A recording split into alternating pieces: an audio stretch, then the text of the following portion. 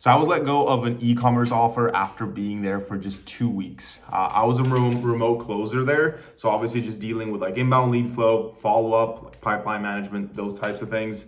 And I wanted to share and create this video just as a learning lesson to kind of, give away some thoughts and also, maybe just some ideas, just so someone that's watching this video can learn. And yeah, just hopefully not do the same mistakes that I made. So anyway, I started this role about 2 weeks ago. One thing that I really liked about it, like first off, it's a pretty young offer. Like it hasn't been around for too long. And the main reason that I got on the offer was just because the sales manager was really, really good. Like I knew kind of the sales manager from before. I knew some of his history. I knew that he could probably help me grow a lot. And even though I was only there for a short time, the amount of adjustments and kind of pointers that I got while I was there were super invaluable. So I'm grateful for that. Basically, the 2 or 3 main takeaways that I have from being on that offer is I had a tendency to let people get away with their own bullshit. Like I will literally talk to a lot of people working 10, 12, 14-hour days, 6 to 7 days per week. And then kind of wrapping up that entire kind of sequence of their life being like, well, it is what it is, right?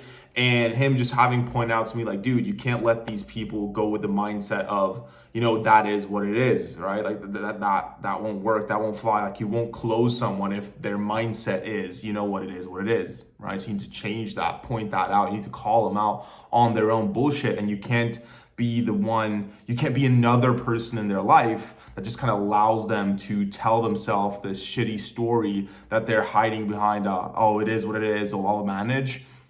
Because that way there's no way they're going to invest into the program, right? So that was learning lesson number 1. Learning lesson number 2, if I could go back and essentially do it all over again, is I think I would have liked to be a little bit more proactive and just a little bit more obsessive about what was going on. Because although I felt like I gave it my all and I was very receptive to the feedback that I was getting on call reviews, and I was showing up super clear and super focused for the feedback that I was going to receive, and I did a very good job making sure to implement that. I think I could have done a better job, and this is actually, the funny thing is, like, I made this kind of reflection, and this was kind of what I came up with myself, and my sales manager literally told me the exact same thing, like 1 hour later when I asked him for some feedback, is that, again, even though I was showing up really well and I was taking action on the feedback that I was getting on those call reviews, I could have done a better job of just being proactive and just spending more time outside of those kind of daily sales huddles, like figuring out more of what was going on, right? I could have asked him more questions, asked for even more call reviews, off call hours. I should have, again, watched more recordings myself. Like, there were countless days where I did not watch a call review at the end of the day, right? And that's one thing looking back right now where I'm like, that's so dumb. Like, why did I not just, go and watch call reviews? But for some reason, I thought that the value and the pointers that I was getting from the daily huddles were enough, but the numbers did not reflect that either. Just being very honest, like I was under KPI for most of the time that I was there, and it kind of sucks because the day before I was let go, I closed the PIF. And then that also kind of leads me to the last thing, because understanding where the sales manager comes from, like he's been in RCA, he's been in a very, very high performance culture, and actually the reason that I was let go wasn't because like I was performing super poorly. Like I wasn't hitting KPIs, but I was showing signs of progress. I was showing signs that, I was able to actually take in what I was being taught. And I closed the PIF literally the day before I was let go. And so what was it actually that made them decide to fire me? So what made them decide to fire me was one day, it was actually the day that I was moving into this apartment. A few things have been going on, but to be honest with you, I just procrastinated on creating my end of day report. So it was like 12:30 at night I was tired, I hadn't made my EOD. And so instead of like sitting down and actually creating like a good end of day report, I just went in on ChatGPT, kind of blurted out what had happened that day. And then I just took like the raw first excerpt from ChatGPT and pasted it into the end of day, and I called it a day, right? And yeah, that's literally what he said towards the end of his feedback message to me, was like, dude, in a high performance culture, that does not fly. It shows very little care. It doesn't really show that you're 100% committed, and I understand that. I can definitely understand that, and I ultimately have to respect it. And also just recognize the fact that it was my decision to procrastinate on creating that end of day report. It was my decision to use ChatGPT and then not even like skim through and double check what was written, just kind of post that in there. And yeah, I have to take the consequence of my actions, which meant being let go. So what I'm doing that now to kind of get on a new offer is pretty straightforward. Obviously, I'm going to take it on the chin. It is what it is. Like, I can't change the past now. The only thing I can do is make sure that it doesn't happen again.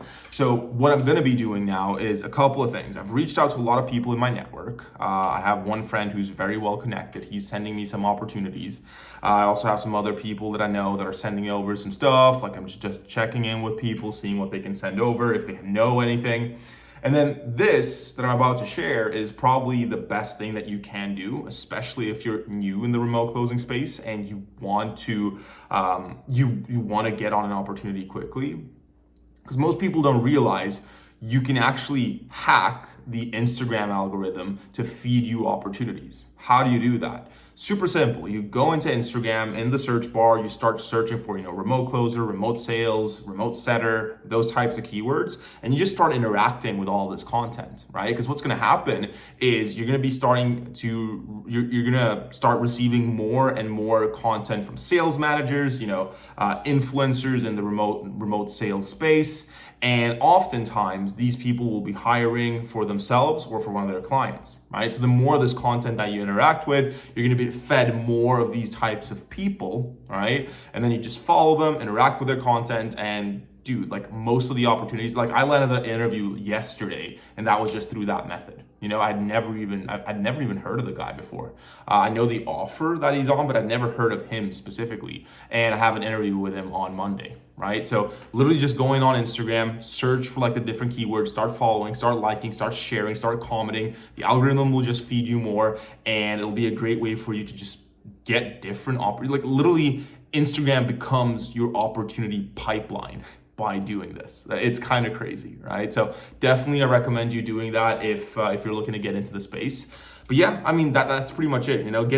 Getting let go sucks. I had to take like an hour, 2 hours, no music, no nothing, just kind of process what happened, where my mistakes were, and also just kind of take accountability for things playing out the way it did. And then yeah, we move forward. We keep showing up, we keep taking action. I learned a ton in those 2 weeks, and yeah, I'm excited for what the future has in store. Thank you guys for checking out the video, and I'll catch you guys on another update.